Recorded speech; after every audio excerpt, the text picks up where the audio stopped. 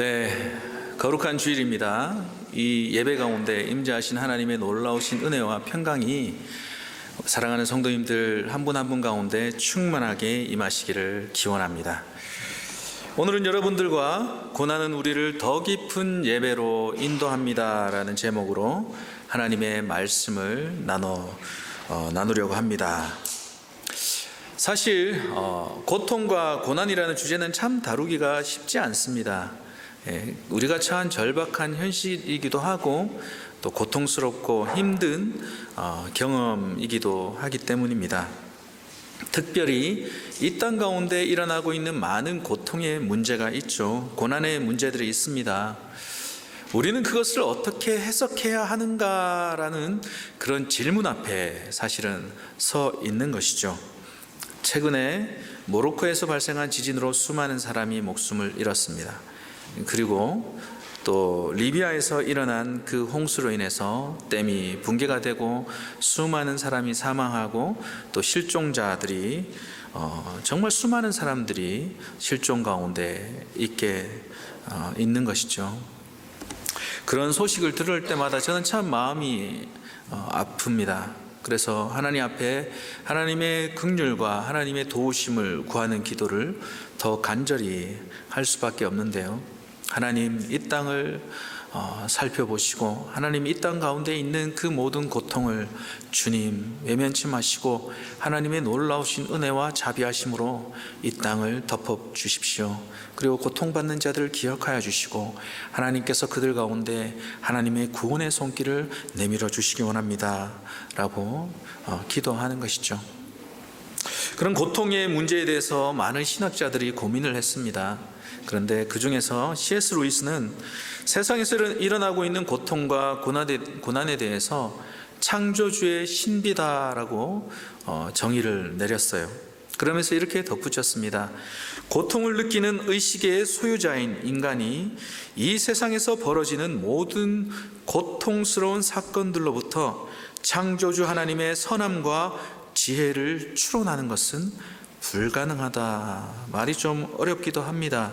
이 세상 가운데 일어나고 있는 그 모든 고통, 그것을 느끼고 있는, 경험하고 있는 우리 인간들, 그것이 우리 인간들의 한계가 있다라는 것이죠. 그 모든 상황 가운데서 하나님께서 어떠한 목적을 가지시고 어떠한 뜻을 가지시고 지금 그 일들 가운데 다스리고 계시고 또 주권을 행사하고 계신지 우리 인간된 한계를 가지고 그 모든 하나님의 뜻을 알아가는 것은 사실은 불가능하다. 그래서 그것이 신비다라고 C.S. 루이스가 이야기한 것입니다. 사실 우리가 살아가면서 우리 믿는 자들, 신자된 우리들의 삶 가운데서도 우리가 이해할 수 없는 여러 가지 고난과 어려움들이 닥칩니다. 물론 그 크기와 또 그 무게는 다르겠죠. 어떤 사람은 정말 우리가 옆에서 지켜봐도 아유 저를 어떡하나 싶을 정도로 정말 큰 고난 가운데 닥친 사람들도 있습니다. 또 어떤 사람들은 우리가 알게 모르게 그런 어려움들을 지금 감당해 나가고 있는 사람들도 있다라는 것이죠. 우리들 삶을 살아가면서 사실은 우리 삶 가운데 매번 고난이 찾아오고 어려움이 찾아오는 것이죠. 반복해서 어려움들이 찾아오는데 그렇다면 우리 삶에 닥친 그 고난을 우리는 어떻게 이해하고 해석할 것인가라는 문제가 있는 것이죠. 제가 좋아하는 기독교 작가 가운데 필립 얀시라는 기독교 작가가 고통에 대해서 이렇게 얘기했습니다. 고통과 고난은 하나님의 선물이다. 하지만 아무도 원하지 않는 선물이다 라고 이야기를 했습니다. 분명 하나님의 선물인데 그런데 아무도 원하지 않는 것이죠. 우리가 사실 신앙생활을 하는 이유 가운데 가장 큰 목적 가운데 하나는 무엇입니까? 우리 삶이 평안해지고 또 평안이 있고 또 안정되어지고 또 어떠한 복을 받기 위한 목적이 가장 큰 목적 중에 하나이지 않습니까? 그 누가 고난을 원하겠습니까? 그 누가 핍박을 원하겠고 그 누구가 환난을 원하겠습니까? 그렇지 않습니까?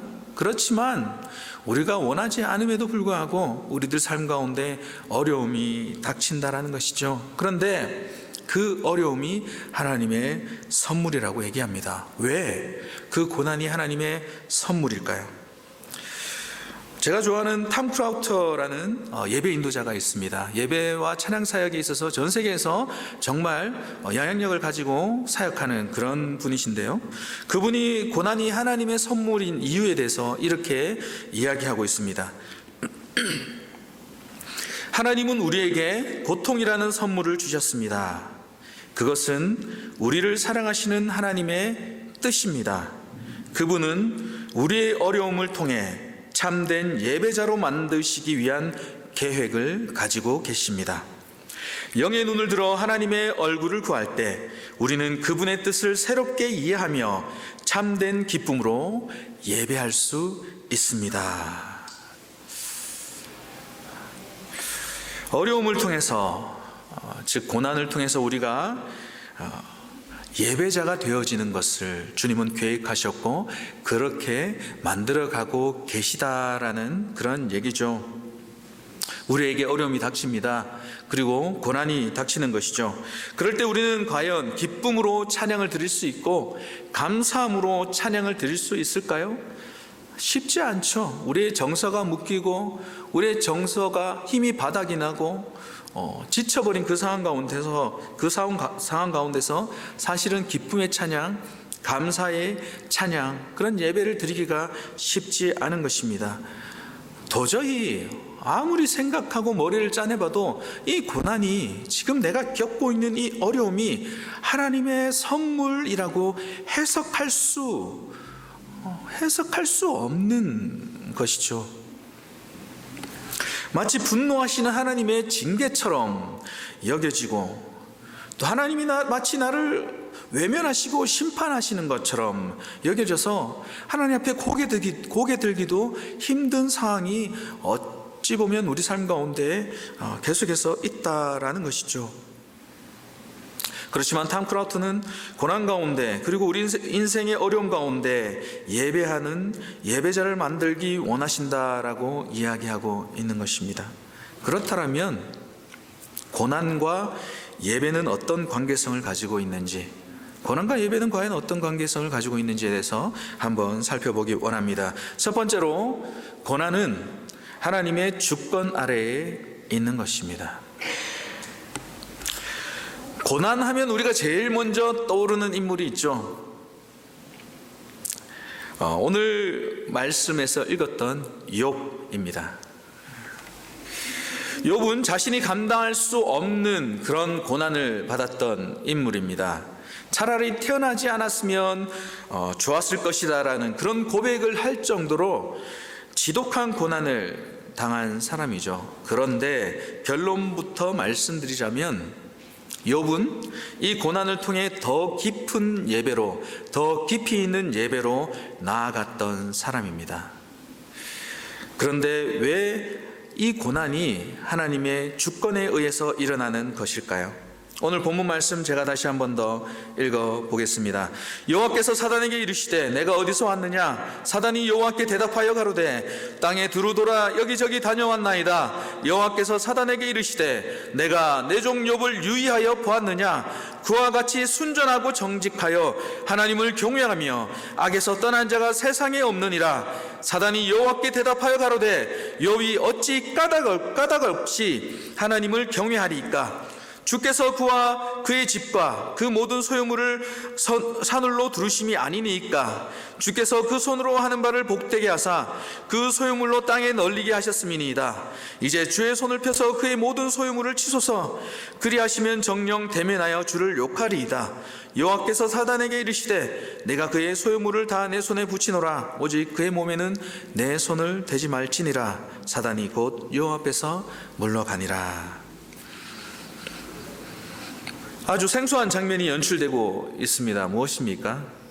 하나님이 욥을 두고 사단과 대화를 나누고 계시는 것이죠. 사단이 이렇게 얘기합니다. 욥이 하나님을 경배하는 것은 하나님께서 욥에게 복을 주시니까 하나님을 하나님을 예배하는 것 아닙니까? 하고 하나님께 도전을 하는 것이죠. 다시 사단이 하나님 앞에 얘기를 합니다. 그의 소유를 치시면, 그가 가진 모든 것을 치시면 욥이 주님을 욕할 것입니다. 즉 욥이 그의 소유 때문에 하나님을 경배하기에, 만약 욥의 모든 소유를 치게 되면 욥이 하나님을 욕하게 될 것이다라고 고소하고 있는 것이죠.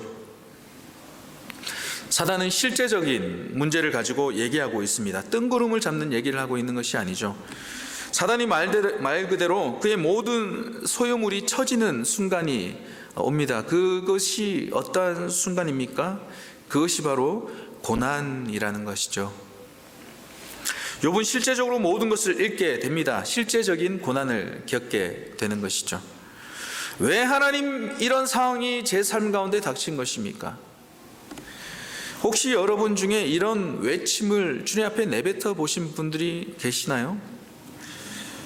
솔직히 정말 이해하기 힘들고 감당하기 어려운 상황 가운데서 외치는 그런 외침 말입니다. 왜 주님, 왜입니까? 왜 제게 이런 상황이 발생한 것이죠? 제가 도무지 아무리 이해하려고 이해해봐도 이해할 수가 없는 상황이 왜 제 삶 가운데 이렇게 계속해서 닥치는 것입니까? 한 문제가 풀렸다 싶으면 또 다른 문제가 다가오고, 이 문제가 풀렸다 싶으면 또 다른 문제가 다가오고, 제가 도대체 힘을 실 수가 없고 제가 도대체 안식할 수 없는 이 모든 상황 가운데서 저는 어떡하란 말입니까? 하나님, 억울하고 하나님, 섭섭합니다 라는 그런 탄식이 나오는 순간들, 혹시 여러분들 지금 경험하고 계시지는 않습니까? 사실 사단이 아무 생각 없이 그냥 하나님 앞에서 하는 얘기는 아니었습니다. 오랜 시간 동안 사람들을 괴롭히면서 자기 나름대로 얻은 통계와 그런 수치들이 있겠죠. 데이터가 있겠죠. 그런 정확한 나름의 그 데이터들을 뽑아와서 주님 앞에서 고소고발하고 있는 것입니다. 아마 이 정도쯤 되는 고난이 된다면, 이 정도쯤 되는 고난으로 쳐버린다면 욥은 더 이상 버티지 못하고 하나님을 향해서 욕을 할 것이다 라는 그런 자신감이 있었겠죠. 그래서 감히 하나님 앞에 이런 도발을 하고 있는 것입니다. 자신 있게 이야기합니다. 이 정도 고난을 당하게 되면 대부분의 사람들은 욕합니다. 아마 욥도 똑같이 하나님을 욕할 거예요. 이 하나님이 대답하십니다. 여호와께서 사단에게 이르시되, 내가 그의 소유물을 다 내 손에 붙이노라. 오직 그의 몸에는 내 손을 대지 말지니라. 하나님의 허락 때문에 욥은 고난을 당하게 됩니다. 중요한 사실은 사단도 하나님의 허락 가운데서 움직인다라는 사실이죠. 모든 것이 하나님의 주권 아래에 있다는 것입니다. 놀랍지 않습니까? 하나님의 주권 아래에 우리의 고난이 있다라는 것을 아는 것은, 하나님의 주권 아래에 우리의 모든 당하는 고통과 고난이 있다라는 것을 아는 것은 그 고난을 통과하는 데 있어서 열쇠와도 같은 중요한 사실이라는 것입니다. 모든 것이 하나님의 주권 아래에 있다. 그것은 모든 것이 하나님의 컨트롤 안에, 하나님의 통제하심 안에 있다라는 것입니다. 모든 것이 하나님의 컨트롤, 하나님의 통제 아래 있다는 것이죠. 이 세상에서 이해할 수 없는 아무리 어려운 일들이 일어난다 해도, 내 삶 가운데 그 일이 반복해서 일어난다 해도 우리의 모든 상황이 주님의 주권 아래 있음을, 주님의 컨트롤 아래 있는 그 사실을 고백하는 그 사람들은 그 어떤 고난의 상황이 온다고 해도 그 고난의 상황 가운데서 일어나서 주님을 예배할 수 있는 것이죠. 오늘 본문의 영화와 같은 장면을 한번 상상해 보십시다. 하나님이 계시고 또 사단이 있습니다. 욥을 가운데 두고 얘기를 하고 있는 것이죠. 하나님이 욥을 자랑스럽게 여기시고 신뢰하고 계심을 우리가 본문을 통해서 알고 있습니다. 하나님은 욥을 자랑스럽게 여기시고 신뢰하고 계십니다. 그리고 욥에 대한 그 신뢰로 하나님은 당신의 모든 것을 걸어버리십니다. 만약 우리가 고난과 어려움, 고통 가운데 있다라면 욥의 자리에 우리를 놓고 생각해 보시기를 원합니다. 하나님이 나를 자랑스럽게 여기시고 또 신뢰하시면서 자신의 전부를 걸어버리신 것이죠. 사단에게 얘기합니다. 상태기를 받느냐? 그가 어떻게 하나님을 섬기고 있는지, 기하기를 받느냐? 그가 어떻게 하나님을 예배하고 하나님을 섬기는지, 그 아이는 절대 나를 욕하지 않을 것이다. 어떤 어려움과 어떤 고난이 와도, 어떤 환난이 닥친다 하여도 절대 나를 부인하지 않고 나를 욕하지 않을 것이다. 내 전부를 걸고 나는 얘기할 수 있다라고 말씀하시는 하나님의 자부심, 자긍심, 그것이 욥의 위에 있다라는 것이죠. 하나님은 우리를 향한 강력한 믿음을 가지고 계십니다. 우리를 신뢰하신다라는 것이죠. 여러분들도 주님을 믿으시겠죠. 믿으십니다. 그렇지만 주님은 우리가 하나님을 신뢰하는 것보다도 더욱 우리를 믿고 신뢰하신다라는 것입니다. 고난 가운데 있는 우리가 그 모든 고난의 과정들을 이겨나갈 수 있다라는 신뢰가 주님 앞에 있다라는 것이죠. 할렐루야. 우리에 대한 깊은 신뢰를 가지신 그 주님 앞에 우리에게 닥친 그 모든 고난을 믿음으로 이겨나간다라면, 참고 견디고 이겨나간다라면 우리는 마침내 주님의 영광을 경험하게 될 줄로 믿습니다. 그곳에는, 주님의 영광이 드러나는 그 자리에는 더 이상 사단의 설자리는 존재하지 않습니다. 더 이상 사단은 그 자리에 존재할 수 없는 것이죠. 욥기가 시작할 때 보였던 사단의 그 자신만만함, 그 오만방자함, 그것은요, 욥기가 끝나가는 그 후반에서는요, 그 흔적을 조금도 찾아볼 수가 없습니다. 그의 자리가 조금도 허락되지 않는다는 것이죠. 존재감이 없는 것이죠. 무너뜨리려고 했습니다. 사단은 무너뜨리려고 합니다.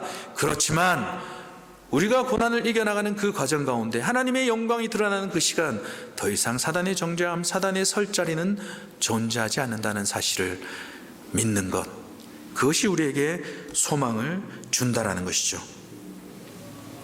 그러므로 고난을 당할 때 그 고난이 주는 그 암담함, 그리고 흑암, 절망만을 묵상하지 마시기 바랍니다.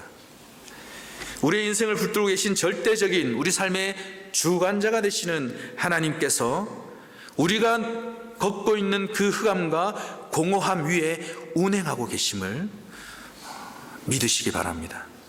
그리고 하나님은 우리 삶을 주관하시는, 컨트롤하시는 절대적인 주권자가 되십니다. 아멘. 하나님의 주권을 인정하는 것, 모든 것이 하나님의 손안에 있다는 것을 인정하는 것, 그것이 바로 예배의 시작인 것입니다. 우리가 그래서 이 시간 나오지 않았습니까?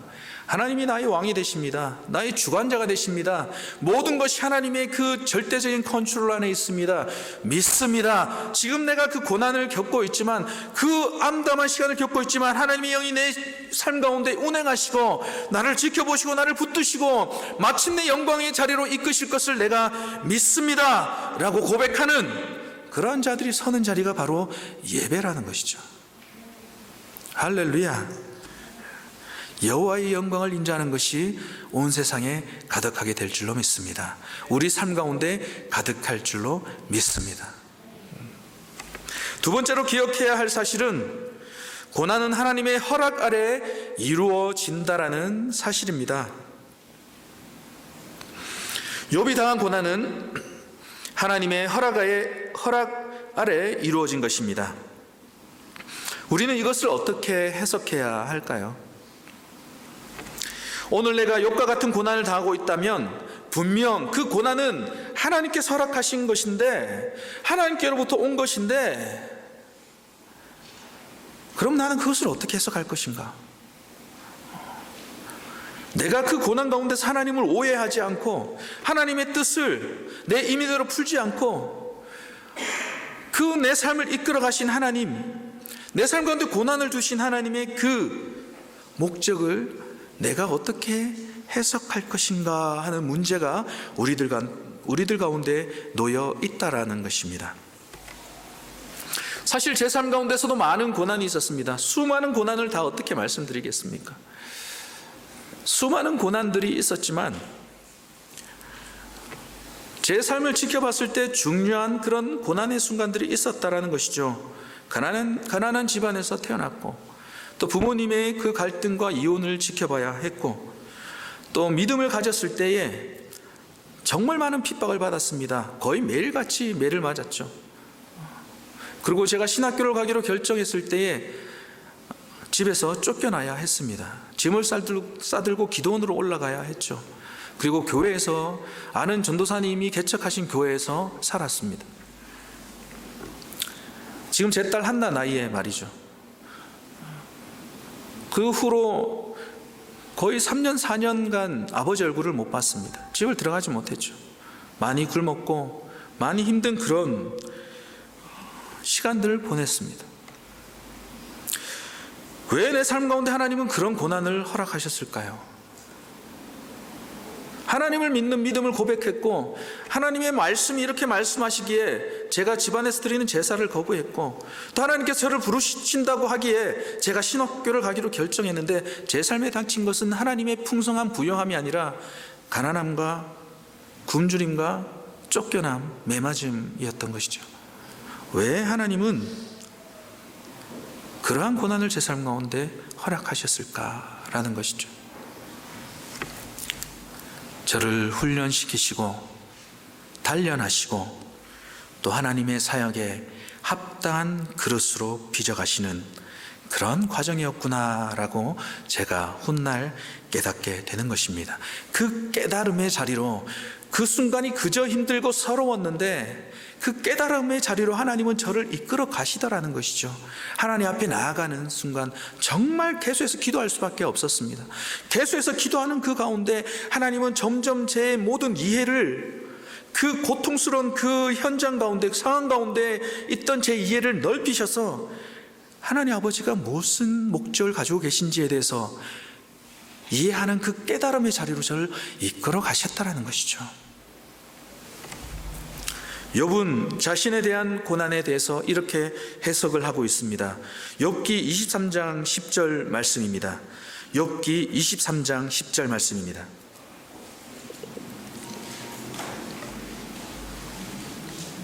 다 같이 읽어보도록 하겠습니다. 시작. 나의 가는 길을 오직 그가 아시나니 그가 나를 단련하신 후에는 내가 정금같이 나오리라.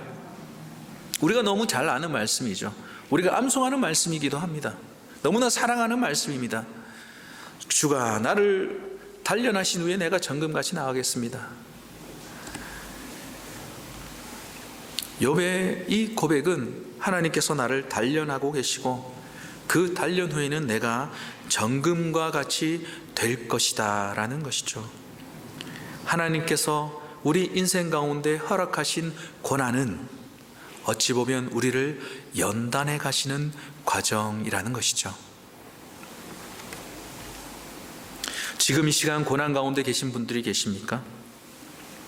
그러나 하나님의 주권 아래 있는 분들, 하나님이 나의 삶의 주권자가 되시고 이 고난을 내 삶 가운데 허락하셨고 이 고난은 주님의 주권 아래 이루어지고 있다는 그 사실을 주님은 깨닫는 자리로 우리를 이끄실 것입니다. 아, 주님께서 나를 단련하시는구나. 주님께서 나를 연단하시는구나. 이것을 깨닫는 순간이 바로 대반전의 순간인 것이죠. 우리 청년들이 좋아하는 찬양팀이 있습니다. 윌러브라는 찬양팀이죠. 이 찬양팀이 찬양 집회를 할 때 그 찬양 집회 이름이 있습니다. 그 이름이 뭐냐면 대반전의 밤이라고 얘기를 합니다. 저는 그 이름이 너무 마음에 들더라고요. 대반전의 밤. 멋지지 않습니까? 이제까지 내 주위를 감쌌던 그 영적인 흐름이 바뀌어버리는 것이죠. 공기가 바뀌어버리는 것입니다. 이전에는 암울했습니다. 섭섭했고 힘들었죠. 공기가 무거웠습니다. 그런데 영적인 기류, 영적인 공기가 완전히 바뀌어버리는 그 순간이 반드시 온다라는 것이죠. 할렐루야. 섭섭함이 물러가고 고난이 해석되어지고 주님의 분명한 뜻이 보이게 된다라는 것입니다. 여러분, 너무 힘든 그 시간들, 물론 그 시간들 다 견뎌 오시고 버텨 오시고 지금 하나님과 함께 동행하는 그 기쁨을 만족스럽게 누리고 계신 분들도 계실 것입니다. 그렇지만 너무 힘들어서 고난의 그 상황밖에 보이지 않는 분들이 계시다라면 그 모든 고난의 상황을 붙들고 계신 주님을 바라보시길 바랍니다. 그렇게 우리가 주님의 주권 아래서 주님 앞에 나아갈 때에 분명 우리 삶 가운데 놀라운 순간이 오는 것이죠. 그 순간이 바로 대반전의 시간인 것입니다. 아, 이게 고난이구나. 이게 내가 당하고 있는 고난의 의미구나. 주님께서 나를 단련하시는구나. 고난에 대한 영적 대반전이 여러분들의 삶 가운데 있기를 축원합니다. 영적 대반전은 예배로부터 시작되어지는 것이죠. 고난이 있음에도 불구하고 주님 앞에 나아가서 주님의 주권을 인정하고 예배하는 우리 위니펙 중앙교회 성도 한 사람 한 사람의 삶에 영적 대반전이 있을 줄로 믿습니다. 영적 기류가 완전히 바뀌게 되는 놀라운 경험을 하게 되실 줄로 믿습니다. 그렇다면 주님께서 왜 우리를 연단하기 원하실까요? 왜 우리를 연단하기 원하실까요? 많이 들어보셨지만 금을 연단하는 이유가 무엇입니까? 불순물을 제거하고 순금으로 만들어가는 과정이지 않습니까? 우리 삶 가운데 있는 그 모든 불순물들, 그것들을 제거하시고 우리가 순전한 그리스도인으로 서게 하기 위함이다라는 것이죠. 주님의 마음을 기쁘시게 하는 자, 주님을 온전히 예배하는 자, 주님의 마음을 닮은 자, 정결한 마음을 가진 자로 주님께서 우리를 만들어 가기 원하십니다. 마태복음 5장 8절에 이렇게 말씀하고 계십니다. 마음이 청결한 자는 복이 있나니 저희가 하나님을 볼 것이며, 주님께서 우리를 연단하시고 정금과 같이 만들어 가시는 것은 우리의 심령에 있던 모든 불순물들, 찌꺼기들, 우리들의 세상의 모든 걱정과 근심과 염려들, 모든 정욕과 자랑들을 모두 다 불태워버리시고, 고난 가운데서 고난이라는 그 불무불을 통해서 불태워버리시고, 온전케 될 때, 정결케 될 때, 청결하게 될 때에 거룩하신 하나님을 뵐 수 있는 놀라운 은혜가 우리 삶 가운데 주어진다라는 사실이죠.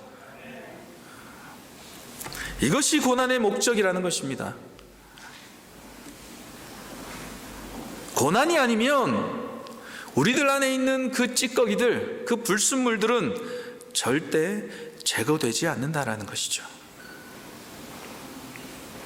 고난이 아니면 헛된 욕망들이 결코 제거되지 않을 것입니다. 주님은 고난을 통해 우리 마음 가운데 가득했던 불순물들을 제거하기 원하시고, 그리고 순전한, 그리고 청결한 마음으로 변화되어 주님만을 예배하는 자들이 되기를 기대하십니다. 주님은 이렇게 순전함으로 예배하는 자들에게 하나님의 영광을 나타내실 것입니다. 마지막으로 결국 고난은 나와 하나님만을 남게 합니다. 고난은 시간이 걸립니다. 짧게 훅 다가와서 치고 끝나버리는 그러한 것이 아니죠. 시간이 걸립니다. 그리고 너무나 힘들죠. 그렇지만 그 고난 가운데 소망이 있는 것은 결국 하나님은 그 고난을 통해서 우리들을 하나님 앞으로 인도하신다라는 사실이죠. 결국 예배는 하나님 앞에 홀로 서는 것입니다. 그 누구의 도움이 아니라 하나님의 이끄심에 의해서 우리는 하나님 앞에 홀로 서는 예배를 배우게 될 것입니다. 우리가 공적 예배, 공예배에 나와 있습니다.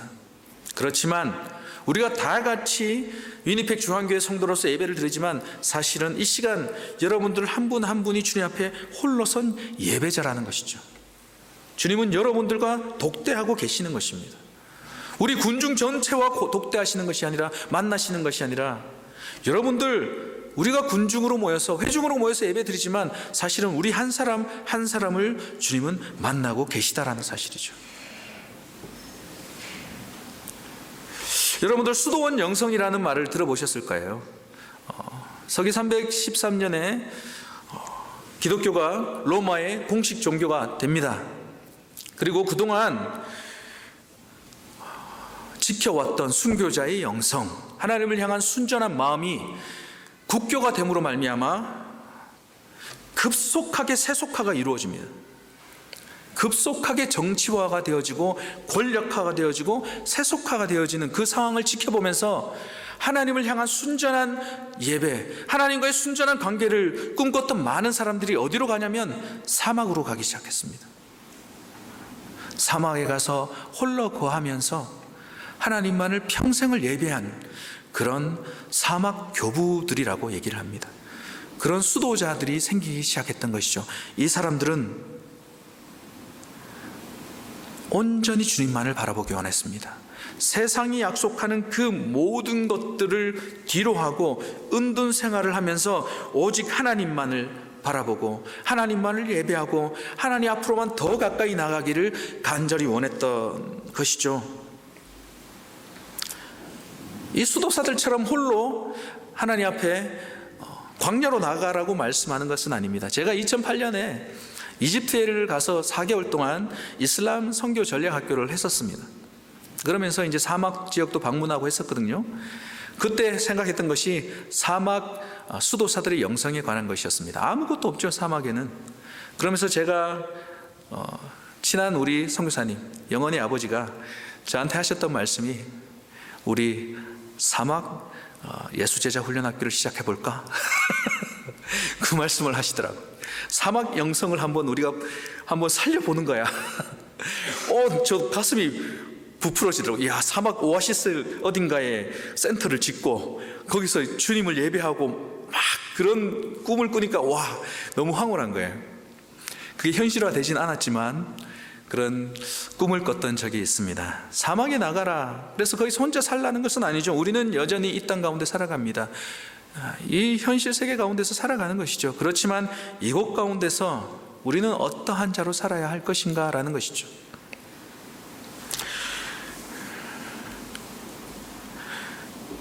고난이 우리 삶 가운데 다가올 때 가장 힘든 이유는 나만 홀로 세상 가운데 남겨진 것 같은 그런 기분입니다. 제가 신학교를 가기로 결정하고 아버지께로부터 쫓겨났다고 말씀드리지 않았습니까? 몇 년을 집에 들어가지 못했던 그 삶이 사실은 어렵고 힘들었지만 가장 힘들었던 것은 혼자인 것 같은 느낌이었어요. 혼자 남겨진 것 같은, 매일같이 주님 앞에 씨름하고 또 씨름하고 또 씨름하는데 혼자인 것 같은 그 마음이 저를 너무나 힘들게 했었던 것이죠. 사람은 홀로 남겨지는 것을 두려워합니다. 고난이 두려운 이유는 이 세상에 혼자 남겨진 것 같은 마음이 들기 때문인 것이죠. 아무도 나를 이해해 주지 못하고 아무도 내 마음을 헤아려 주지 못하고 나만 혼자 남겨진 것 같은 그 기분, 철저한 외로움, 그것이 가장 힘든 상황인 것이죠. 욥이 그랬습니다. 모두 다 그를 떠나버렸죠. 아내마저도 저주하고 죽으라고 얘기했습니다. 친구들이 위로한다고 위로하지만 그들의 위로는 정죄였죠. 네가 죄가 있으니까 그런 일을 당했지. 인과응보죠. 원인이 있으니까 결과가 있는 거 아니야. 그냥 당한 고난이 아니야. 넌 분명히 그런 잘못이 있을 거야. 제가 아는 너무나 저희 사역을 후원하셨던 어떤 집사님이 계신데요. 이 집사님의 둘째 딸이 선교사가 꿈이었어요. 7살짜리 아이였는데 갑작스런 사고로 사망을 했습니다. 아파트 현관을 나섰는데 자살하는 사람이 그 아이 위에 떨어졌어요. 그래서 죽었습니다, 아이가. 그런데 더 견디기 힘든 것은 교회 안에 수근수근거림이었어요. 인과응보, 뭔가가 있겠지. 그래도 철저하게 혼자 남겨진 것 같았다라고 얘기를 했습니다. 교회 공동체가 있었지만 철저하게 혼자 남겨진 것 같았다. 그리고 저희를 만나서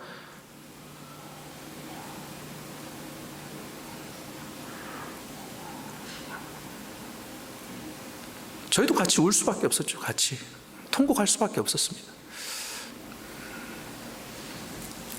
고난, 철저하게 혼자 남겨진 것 같은 그런 상황.